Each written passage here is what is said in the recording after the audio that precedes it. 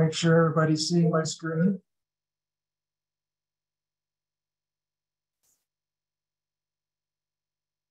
We can see it. Okay, thank you.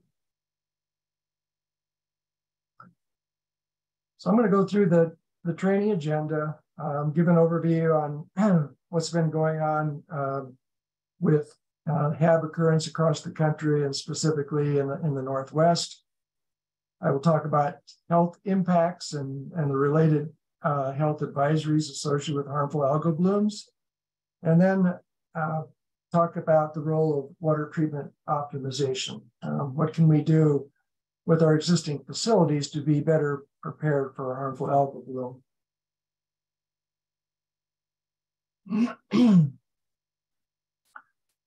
Beyond my presentation, the next presentation will cover monitoring for harmful algal blooms, and Tom Waters with the US EPA will be presenting that. Then we'll go into the next presentation, which will be on optimization approaches for harmful algal bloom event preparation. This is broken down into two parts. Bill Davis will, with process applications, will be presenting part one on cyanotoxin or cyanobacteria cell removal and toxin absorption. We'll follow that with a small group workshop. We'll break into groups and work on some case studies around that topic. And then we'll go into the second optimization part on oxidation, and I'll be presenting that part of it. Following that, there will also be a small group workshop to focus on oxidation, primarily the use of chlorine as an oxidant to destroy the toxins, but we'll also talk about other oxidants. Then we'll go into a presentation on developing a harmful algal bloom response plan. Tom Waters will also be presenting that this afternoon. Following that, it's really kind of a culmination of all of our materials and workshops today is actually developing, how do you go about developing a response plan? And that'll be another small group workshop. At the end of the day, Jamie is going to be wrapping up with the DEQ HAB program activities and resources. And then at the end, I'll make a few comments about, again, accessing files and updated presentation recordings, as well as we have an evaluation form that we'd like participants to fill out and send back.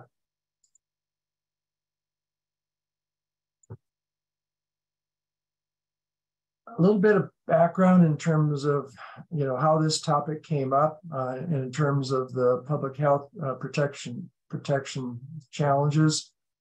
So there's really increasing occurrence and severity and detection of harmful algal blooms, which have resulted in exposure to cyanotoxins. A lot of this is due to climate change impacts related to increased temperatures, droughts, wildfires, which we definitely are experiencing here where I'm from in Colorado. And I know in the Northwest it is as well. There's federal and state regulatory requirements for cyanotoxins are in transition. So there's no federal regulation for cyanotoxins, but there is a health advisories that were developed for Total Microsystems and cylindrospermopsin. Some states, though, specifically Ohio and Oregon, have recently enacted monitoring requirements and action levels for both of those toxins. So the treatment challenges posed by harmful algal blooms for treatment plant operators, in terms of, and we'll get into the details on this in some following presentations, but it really comes down to, from an optimization standpoint, your ability to remove algal cells, so physical removal. If the toxin is extracellular, in a dissolved form, maybe it can be absorbed or chemical oxidation, breaking it down through the available oxidants that you have in the plant. And then it's important to know, when there's a bloom and you have cyanotoxins, is that toxin still retained within the cell structure, referred to as intracellular, or has it been released from the cell and referred to as extracellular? And it's important to know that so that you can then better be prepared to use the tools that you have available. And there's different tools depending on the condition state of the toxin. And then to make it even more complex, there are different cyanotoxins. We hear a lot about microcystins, cylindrospermopsin. More recently, events have happened with anatoxin A, there's saxitoxin, and there's others. And they often require different treatment and monitoring approaches. I wanted to just go through, kind of more of the HAB events that have happened in the past few years, the ones that have really kind of hit the news. There have been others for sure, but these are the ones that are kind of the wake-up call, I think, for the industry. The first one was in Toledo, Ohio in 2014. That HAB event occurred in the Lake Erie Western Basin. And for those of you that are maybe not as familiar with Lake Erie, it goes from more of a shallow lake on the western side to deeper on the eastern side. They experienced a very significant algal bloom, which involves cyanotoxins. Around Toledo, infected about 500,000 people. The residents really were ordered not to drink or contact the water, and that order lasted for around 3 days. So you can just imagine a city of that size with that kind of information coming out, took everybody by surprise. Then comes along, moving out into more of the Northwest, Salem, Oregon in 2018. They had a HAB event that occurred in their Detroit reservoir. It's a main source for their treatment plant. They had a slow sand filtration plant at the time. They still do. I think since that event, they're planning or have modifications in the works to be better prepared for harmful algal blooms. But that did affect a city with a population of close to 200,000. Microcystin concentrations up to 5 micrograms per liter were detected in the source at the intake. The impacts there were health advisory was issued for the vulnerable populations for 3 days. They continued to do testing, went away, but then they reissued it within a week because it showed up again. And really, the event continued for about a month, and the city ended up distributing water at distribution points for 31 days. So again, another significant event that impacted a fairly large utility. And then more recently, the Columbia River in Washington in 2021 took everybody by surprise there as well. It was in that case the toxin was anatoxin A. It was detected in the Tri-Cities area, and it is the source water for 3 large surface water plants. At least 2 of them are participating in the training today. So happy to have them participate and provide some, real world experience here. Initial reports of dog deaths were occurring along the feeder rivers. It was kind of the first indicator. The highest finished water concentration got up to 0.25 micrograms per liter. And as no surprise, it really took, the treatment plants were surprised, unprepared, and really had to quickly implement some treatment options. And in some cases, some of those options had not been used for decades. So, the treatment challenges included really uncertainty on what to do, how to treat for that specific toxin, since it is antitoxin A is somewhat unique. Ended up, sort of secondary impacts. You try to treat for one thing, you affect another with some fouled membranes at a plant, limited carbon feed capability. And really that event, cyanotoxins were detected for about 3 months. The other unique thing about that event was that there really was no visible bloom on the river. The cyanobacteria was showing up really at the bottom of the river, referred to as sort of benthic conditions. So it was really, that's what took them by surprise as well. It just didn't specifically see a bloom. This slide is taken from the Idaho DEQ website, and many of you have probably accessed this if you're in the business of treating water in Idaho. And part of it is based on satellite imagery of larger surface water sources, gives sort of an indication of the potential for a bloom. And you can see there's a color scale, indicating more areas that maybe have a higher potential in the red. The circles represent locations that probably represent mostly recreational monitoring where they've detected cyanotoxins. And then I just clipped a picture from one of the sites, the Spring Valley site. And this was taken fairly recently in this fall. And microsystems were detected at that source at around 7 parts per billion micrograms per liter. And I think what's, important takeaway here is that it's really has been and probably will continue to be a statewide issue. So we know that, that the cyanotoxins are likely going to be there. So how do we be better prepared if it becomes a significant event? The EPA cyanotoxin drinking water health advisory limits are listed here in this slide. We'll be using them today in our workshop efforts. And as I mentioned, there are health advisories for both cylindrospermopsin as well as microcystins. And so for cylindrospermopsin, for bottle-fed infants and preschool children, it's 0.7 micrograms per liter.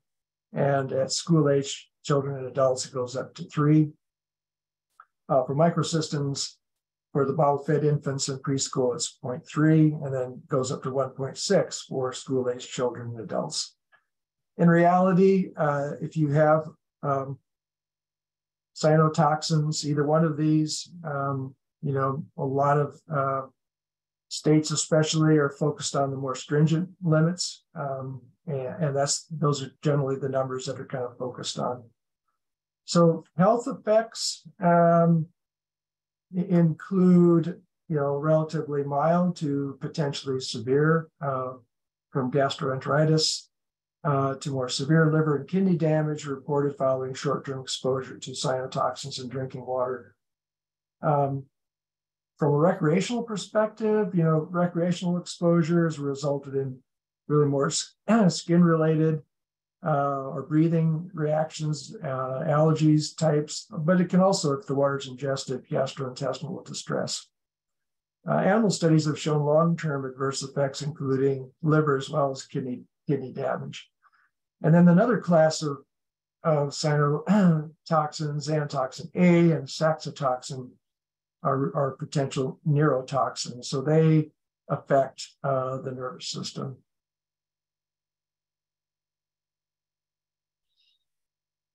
I'm going to transition at this point and talk about some lessons learned from comprehensive performance evaluations, which we refer to as a CPE, conducted at Ohio water treatment plants to address harmful algal blooms. And we conducted this work along with US EPA office out of Cincinnati, as well as Ohio EPA, following the Toledo event.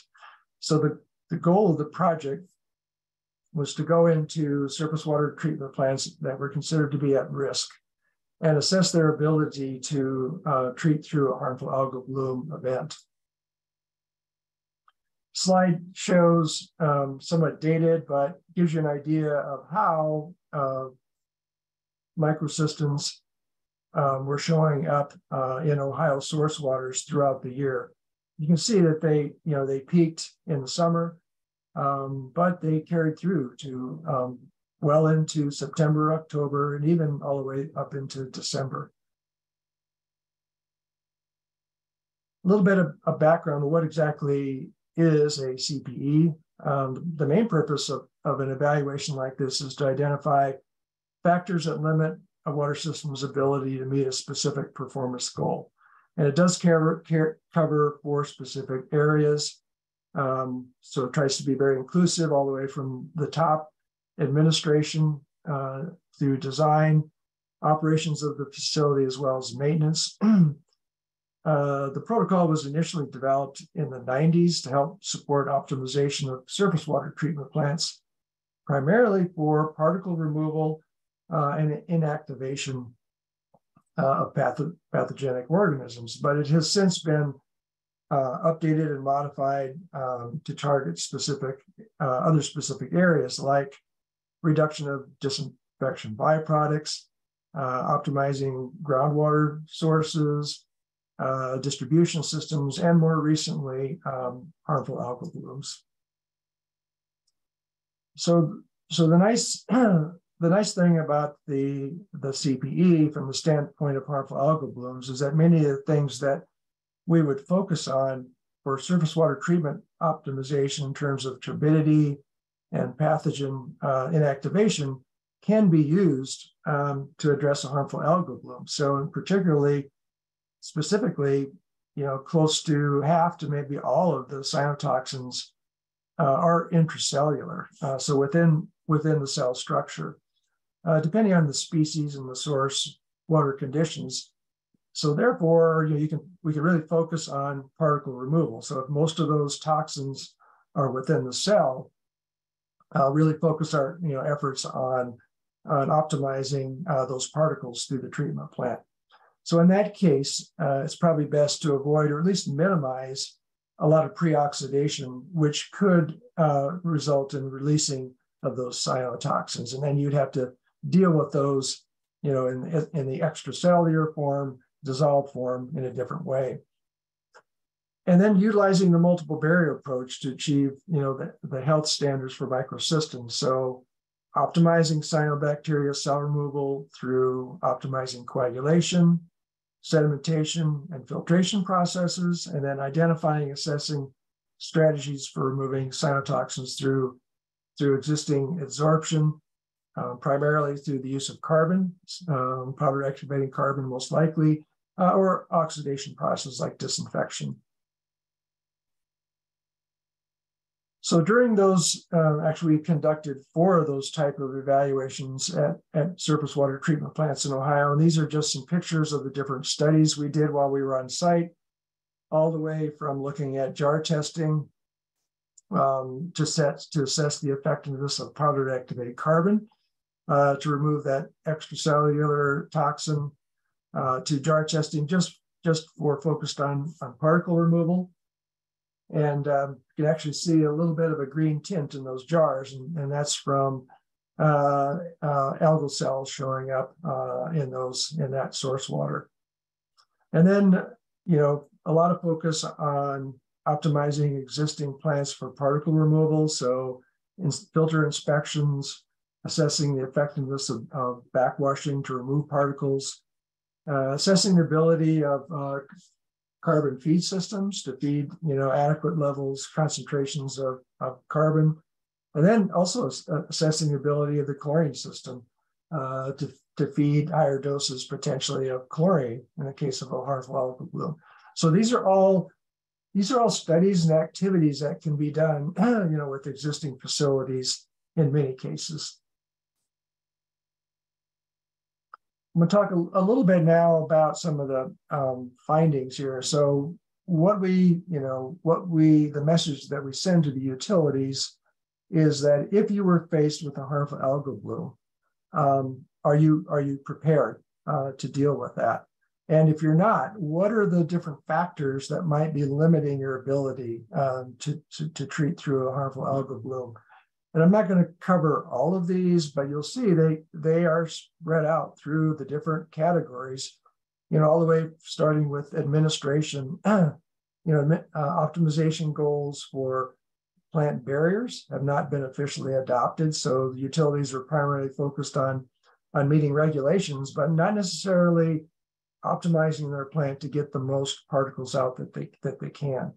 So those of you that are participating today that are familiar with turbidity optimization, this is going to sound pretty familiar. Insufficient staffing impacts the operator's ability to conduct needed process control activities and operate the plant for extended times each day, which could be a strategy if you get into a harmful algal bloom. I'm going to skip down to, utility is limited to one water source during a harmful algal bloom event, and a potential alternate source has not been assessed. So again, thinking big picture wise, what are your options if you get into an event like this? Moving down to areas of operations, some of the studies that I talked about, the ones that we conducted on site, they were not being conducted to assess harmful algal bloom control. So simple studies like really kind of fully assessing a plant's ability to feed carbon, especially if they've not used it for many years. Feeding, permanganate, again, kind of a tricky chemical to feed, especially if you're feeding at higher doses. And just basic jar testing for coagulation control wasn't being done and could definitely be needed in an event like this. Another one, in terms of operations, lack of consistent operational procedures for chemical feed control, filter backwashing, performance reporting. And areas of maintenance for sure were showing up. So powdered activated carbon feed lines, to the pre-sedimentation basin, they weren't connected at a plant. And the other system they had was prone to excessive plugging, which is a common problem we find when feeding powdered activated carbon.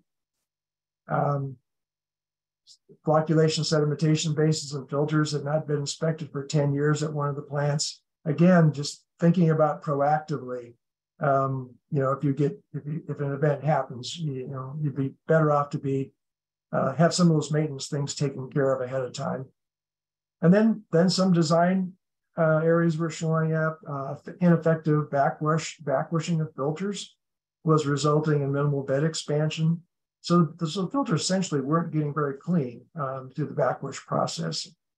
And in another case, the design did not provide for adequate chlorine oxidation to destroy microsystems when concentrations were over about 10 micrograms per liter. So again, something that could be anticipated and planned for ahead of time.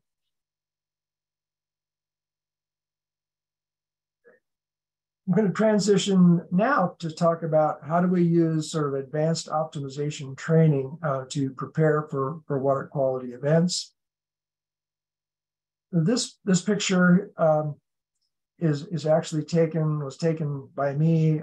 It's about 25, maybe 30 miles west of where I live in Fort Collins. And it's a picture after the Cameron Peak fire that occurred out here in late in the year of 2020. It was a fire that burned over 200,000 acres. And you can see the amount of destruction that happened. And I use it as the background because this training, although we are focused on harmful algal blooms, we have to really kind of face the facts that water treatment plants, especially surface water treatment plants, are being impacted by a number of different events, like wildfires, like droughts, like harmful algal blooms. So what if the new normal for water systems means pre-oxidation with chlorine to treat maybe a problem resulting from one of these events results in increased DBP levels and possible MCL levels violations? What if TOC concentrations in the raw water increase by 2 to 3 times the normal and challenges the plant's ability to meet TOC removal requirements? What if taste and odor levels increase in the finished water and the current pre-oxidant is not effective or contributes to other treatment issues? And what if the normal coagulant dose range increases by 2 to 5 times, which are what you're normally used to? And again, the one we're focused on primarily increasing temperatures and high nutrient loading to source waters results in extended algal bloom seasons. What if metals from iron and manganese start showing up in source waters where you never had them before? And my last comment here is, gosh, what else could possibly happen?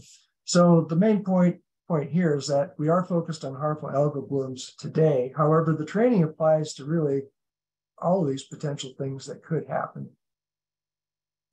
The term that we use to describe an event like this happening, where maybe it just is something that hit you where it's never happened before, like the bloom that happened on the Columbia River, a year or two ago. We refer to it as a water quality event. It's defined as an event that could happen to a utility that is rare, but if it occurs, it could have a significant impact on performance, public health protection, and customer confidence.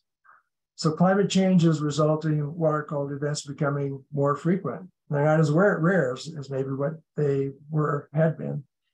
So some examples include increasing temperatures and droughts, which in turn impacts water quality. It's sort of like that concentrating factor that happens when we have a drought, especially in a lake or a reservoir, and also faced with the possibility of maybe you're going to have to treat an alternative source that you've never treated before. Heavy rains can cause high sediment loading, especially in an area impacted by wildfires, where you get high sediment loading, flooding, which also can contribute to harmful algal blooms by just washing nutrients into surface water sources. And then wildfires, again, similar high sediment loading can produce taste and odor events, can increase metal concentrations in source waters, and in some cases can increase volatile organic carbons. So how do we go about applying optimization? Where we start is thinking about the multiple barrier approach. And it really applies more than ever. This concept really came about back when plants were focusing on lowering turbidities coming out of their facilities. But now we really think about broader in terms of, all of these areas in your plant can potentially be a barrier that can be used, such as pre-oxidation, particle removal, in terms of turbidity, not only turbidity, but cyanobacteria cells. We can use coagulation, flocculation, sedimentation, and filtration to accomplish that. Organics removal is a barrier. Disinfection in terms of reduction of pathogens, but also used as an oxidant to destroy cyanotoxins. So the operator's role is to optimize the performance of each barrier for each treatment objective, and to anticipate how the barriers will perform under new or extreme conditions. So here's a question for the operators in the session today. How many treatment barriers do you have? So think about, physical barriers, chemical barriers, and alternatives in terms of, do you have alternative sources you could use? And then think about how effective is each barrier for a specific goal. Today, we're talking about cyanotoxins. How effective are your barriers for either physical removal or destruction of those cyanotoxins? And then the last point here is, if you have the fewer barriers that you have, the more critical it is that they perform for you. And that's just the reality. So thinking about smaller plants versus larger plants, a lot of times the smaller plants, don't have either as many barriers, or the barriers that they have may not be as robust as with some of the larger facilities. So how do we prepare? So this is a sort of an exercise that's developed for utilities, where you could do an internal workshop. And the place you would start would be to identify and address, what do you think your vulnerabilities are? So starting all the way through your source water, your treatability, your operational skills, your communications, and your management support and resources. So there are different tools out there. I mentioned that we went out and did those comprehensive performance evaluations. That's one approach that can be used. There are other self-assessment tools out there. AWWA has their Partnership for Safe Water, which can be an excellent tool also to kind of internally review the capabilities of your facilities. The one I'm going to talk about here is really more plant-specific vulnerability training and related special studies, which you can either do, internally within your organization, or possibly do it as a team effort with another, say, water utility in your area. So you would start with defining a scenario and work through a response plan and develop follow-up activities. This training today will kind of fit into this particular area as well, and it's sort of kind of the first step to think about how you develop that response plan. So think about the treatment and physical infrastructure, identify design limitations, and develop approaches for addressing them. So short term may involve making minor modifications. For example, it could be upsizing an existing chemical feed capability, like either chlorine or potentially carbon, or maybe adding the flexibility to add a chemical in a different location.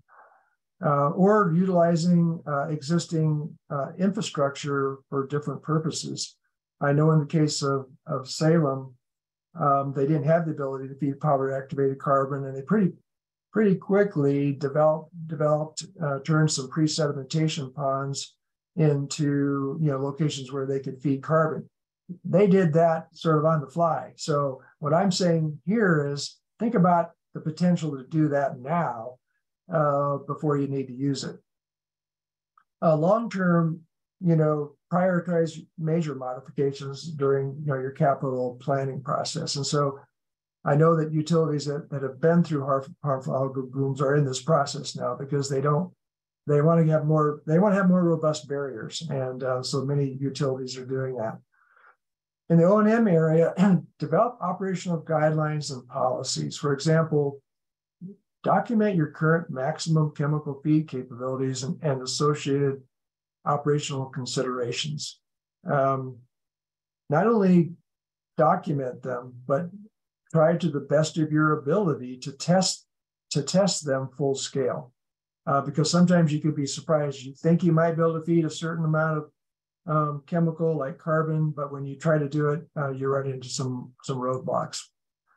Develop raw water triggers and establish treatment strategies.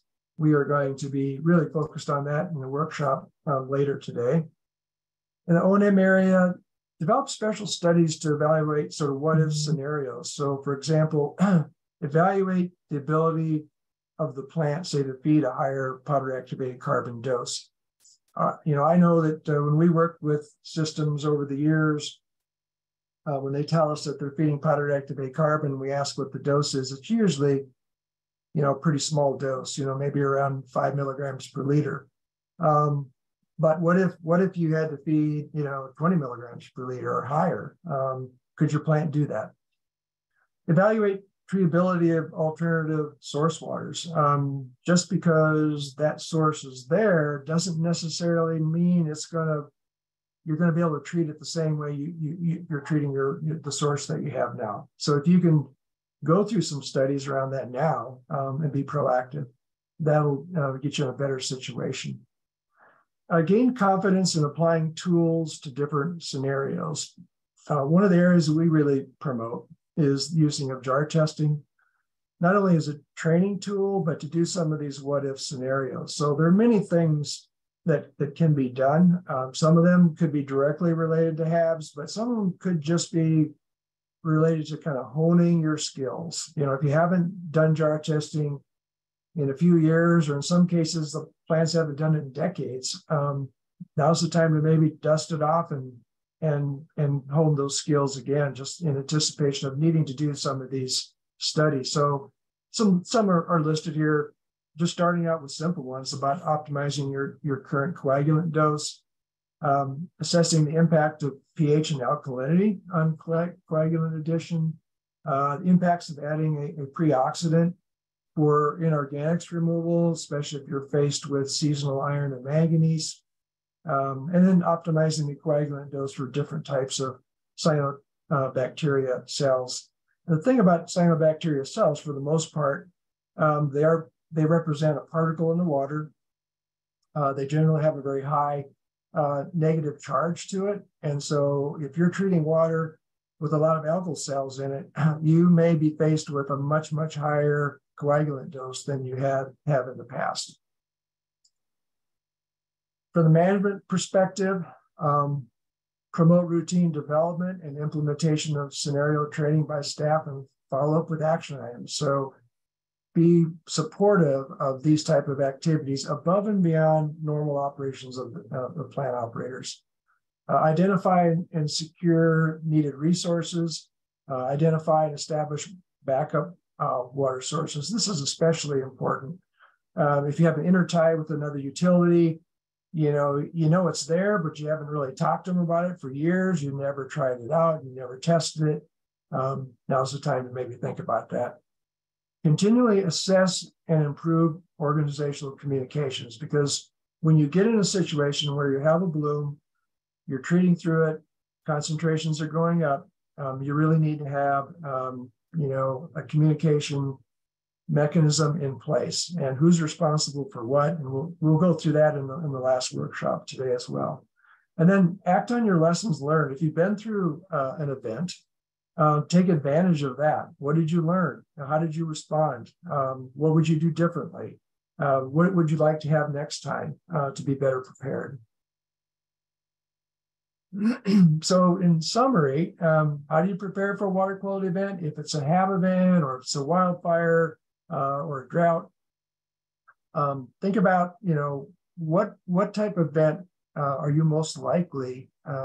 could most likely be impacted by? Hopefully not all three of the ones I have listed here, but that could be the reality for some of you. Identify the vulnerabilities and prioritize areas to work on. So I mentioned this earlier, don't take things for granted. Test as many assumptions as possible. It's easy to write down on a piece of paper, well, we'll do this. Well, can you do it if you had to? I worked with a system a few years ago where we said, okay, if we have a harmful algal bloom, we're going to feed carbon. And they said, yeah, we can feed carbon, no problem. So I said, well, let's test it out. And they'd fed carbon before, but at low doses. When they got to 20 milligram per liter dose, their carbon system plugged up. So the rest of the year was spent making system modifications and working through bottlenecks to identify, what would it take to get that system up to speed. And they did that, and they were able to feed their target dose after they went through that exercise. Conduct assessments and follow-up studies with plant staff and include management. If possible, try to include people with outside perspectives, and this will strengthen the overall results of your response plan. So it's always a good idea to sort of bring the outside in, invite other plants maybe to participate. Maybe your state regulator can be a review person, but it's always good to bring in an outside perspective. Apply advanced optimization skills, develop and implement a plan, including studies, and be better prepared when that next event happens. I show this table here in terms of water quality events. I've got highlighted HABs, which we're focusing on today. There are a lot of optimization approaches and materials already available, as I mentioned earlier. So what we're going to focus on today is primarily particle removal. in terms of removing cyanobacteria cells. And we're also going to focus on cyanotoxins in terms of how to use oxidation and absorption to remove that dissolved toxins in the water. In summary, HAB events are becoming more frequent in the U.S., including Northwest surface water supplies. Kind of going back to the Idaho graphic I showed is pretty obvious, and the trend is likely to continue. Not only that, Jamie sent me an email a couple of days ago saying that the trend really is for detections are showing up later in the year, all the way into November now. And so that trend is likely to continue as well. The EPA has established health advisories for 2 cyanotoxins, and this guidance provides a pretty sound basis, I think, for establishing performance goals and operational triggers. And those are the advisories that we're going to be using today in our workshops.